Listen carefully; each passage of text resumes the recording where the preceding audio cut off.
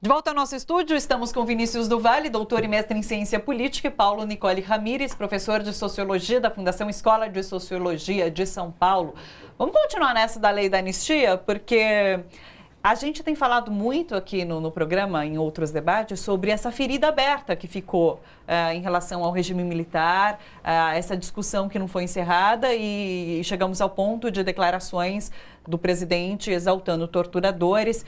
Vocês acham que seria uma decisão acertada do STF fazer esse debate, tomar para si de fato esse debate e reavaliar a lei da anistia? Eu acho que seria uma decisão bastante acertada, o Brasil precisa disso e até seria uma limitação, né, um constrangimento ao presidente Bolsonaro, que Sim. a todo momento vem exaltando torturadores, como você colocou, e exaltando esse período da nossa história, que é um período triste, que tem que ser recordado para que não volte a acontecer, né, e não exaltado. Né? Então, seria uma mensagem importante do Supremo ao presidente e a certos setores da sociedade que ficam pedindo volta do regime militar ou uma intervenção militar constitucional, como se isso existisse. Né? Sim.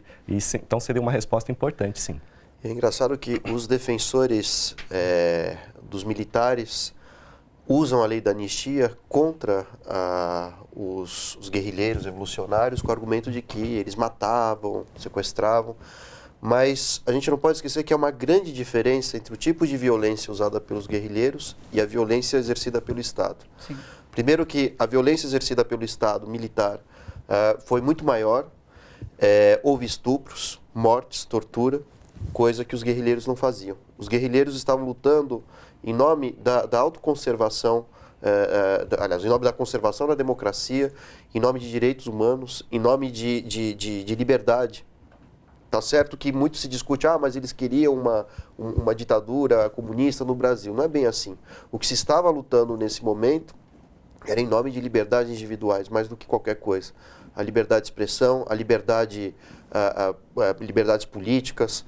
Então, o Estado agiu de uma maneira muito desproporcional em relação ao que fizeram os guerrilheiros. Sim. E, na verdade, as atitudes dos guerrilheiros eram feitas em resposta ao tipo de ação que o Estado exercia contra estudantes, contra professores, contra sindicalistas. Então, os militares relativizam o próprio exercício da violência que realizaram durante a ditadura. Isso precisa ser julgado, porque a maneira como eles agiram foi de uma maneira cruel e bárbara. A gente não pode esquecer que professores foram aposentados compulsoriamente de várias universidades.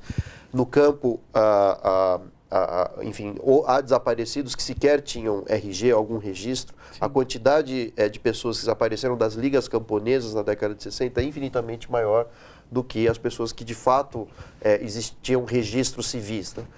Então, é uma coisa que a gente tem que parar para pensar. A maneira como os militares agiram foi catastrófica e precisa ser julgado. Agora, um julgamento que demorou para acontecer já.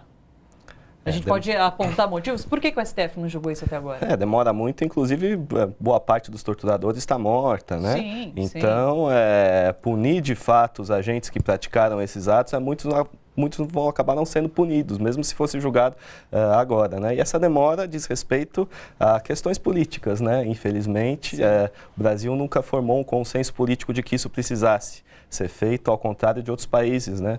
Foi citado aqui Argentina, Uruguai, Chile, Sim. e que fizeram isso, né? Então, há motivações políticas. Motivações políticas totais. E falta afirmar princípios democráticos elementares, né?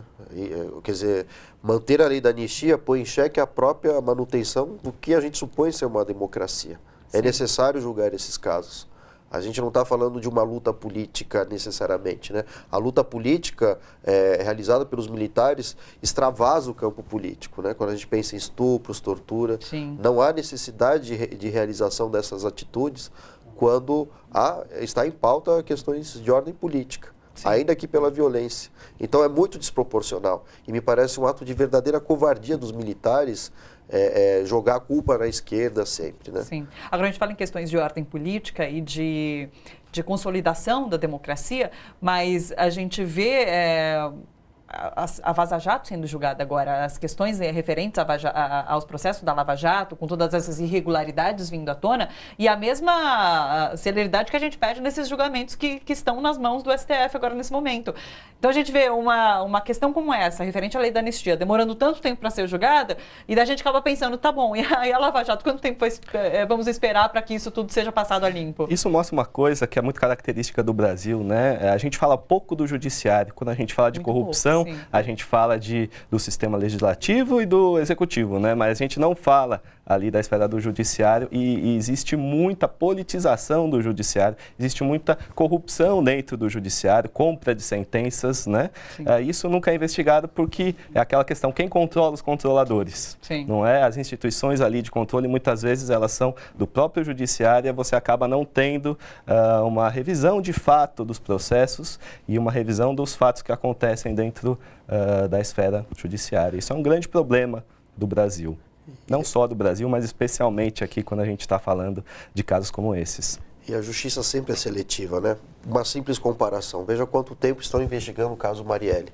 Veja em quanto tempo a polícia chegou até o hacker do Moro. Sim. Então, existe uma desproporcionalidade gigantesca ali, né? Ou seja, o judiciário e as leis como um todo sempre são a representação dos interesses de uma elite dominante, né? Sim. Economicamente dominante. Agora, você falou sobre controlar os controladores. Como a lei de abuso de autoridade impacta nesse sentido?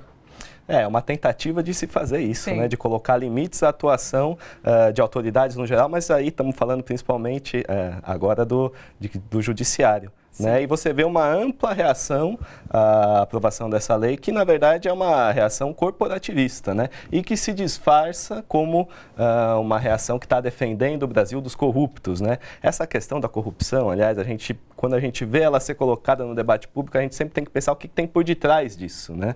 Porque ninguém é a favor da corrupção, Sim. Não é?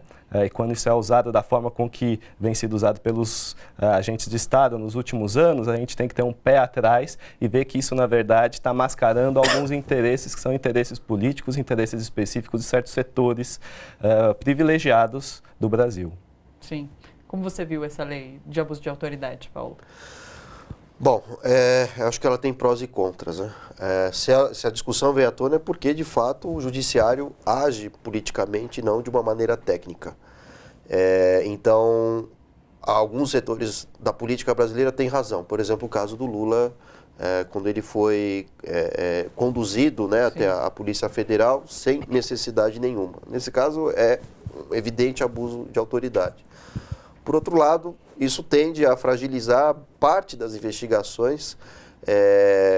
Obviamente que em todas as corporações, instituições, há pessoas sérias, há pessoas muitas vezes vinculadas a outros interesses econômicos e políticos, mas eu fico me perguntando, nos casos de investigadores sérios, investigando causas que são verdadeiramente atos de corrupção, né? Como que ficam esses investigadores, né? Então, por isso que a gente tem que saber separar o joio do trigo. Assim como a própria questão da Lava Jato, né? Ela é a maior investigação contra a corrupção no Brasil. Há alguns processos que são benéficos para a sociedade, mas não é o que ocorre, por exemplo, no caso do Lula. Sim. Né? Então, vejam que prenderam o Eduardo Cunha, uma investigação contra o Temer, e ali a gente tem provas notórias, há áudios, há tudo, né, ali nesses casos. Mas no caso do Lula, vejam que a impressão que a gente tem no final das contas é que foram atrás de tantos outros para conseguir chegar no Lula, e no final das contas vemos que são provas frágeis, há um abuso de autoridade evidente em todo o processo da Lava Jato. Sim, mas não a ponto de anular as questões referentes aos processos referentes à Lava Jato. Sim, mas é aí que está a questão. A gente precisa fazer um tipo de auditoria na Lava Jato, né? O que é um processo que tem uma validade jurídica e o que não tem. Mas essa decisão do STF nesse momento sobre especificamente essa falha processual é um indicativo de que essa auditoria de alguma forma possa ser feita? Enfim, mas quem faria essa auditoria, né? Porque aparentemente as esferas do judiciário se controlam a si mesmas, sendo o STF a instância máxima. Será que é possível uma interferência externa? Então vejam que a gente entra em outros debates, né? De repente quem faria isso? A OAB? Mas a OAB também não é isenta, mas não são instituições também isentas de posicionamentos ideológicos, etc.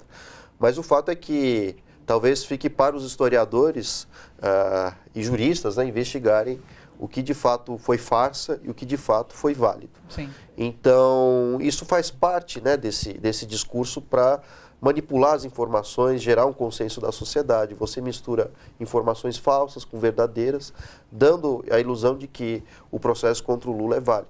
Fora o fato de que as decisões judiciárias, elas são vistas pelo corpo da sociedade como dogmas religiosos, né? Às vezes as pessoas, sem conhecerem o processo, a peça como um todo, dizem, olha, se o juiz condenou, é isso, sem Sim. parar para pensar nos posicionamentos ideológicos, nas origens, até mesmo econômicas dessas pessoas. Né? Se a gente pegar a República de Curitiba, como é chamada, a gente vai ver que todos esses juízes têm vínculos com latifundiários, vínculos com interesses políticos de diferentes partidos, toda uma herança colonial, rural, escravocrata. Não são pessoas isentas como aparentam ser. Né? Então, os problemas são bem profundos, né? Sim.